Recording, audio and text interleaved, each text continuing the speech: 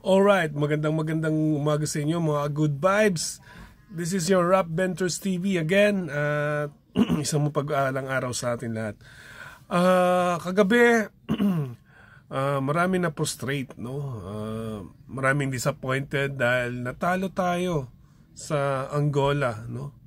Natalo ang Gilas Pilipinas, ang ating mahal na Gilas Pilipinas against sa Angola sa 2023 FIBA World Cup, no? Nakakalungkot kasi kung matatandaan natin, yung unang talo natin against Dominican Republic, which is rank 10 around the world, binigyan natin na napakagandang laban, no? Umabot tayo ng 90 plus ang 87 ay 80s pala, no? Pero ang alam ko mas malaki yung in-score natin, na-score natin sa Dominican Republic against sa Angola. Kasi sa Angola, we only scored 70.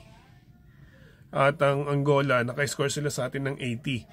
So, kung kukumpara natin, hindi ko naman sinabi na mahina ang Angola, no? Pero they are ranked lesser compared sa Dominican Republic.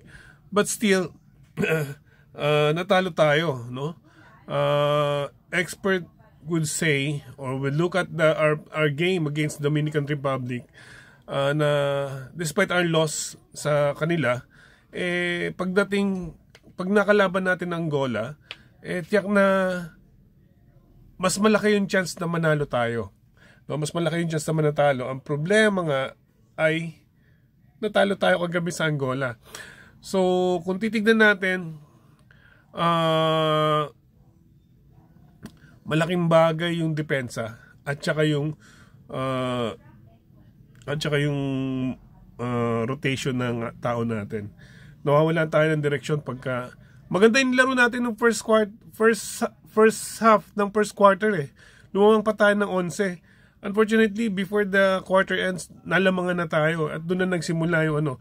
Kasi I think nakapag-adjust ang Angola sa defense ang ginawa natin, no? At ayun, nagkanda loko-loko na. So, kung kayo ang tatanungin, pakilapag nyo yung inyong opinion kung anong pwede pa natin maging adjustment, no? Para sa susunod na laban natin against sa Italy.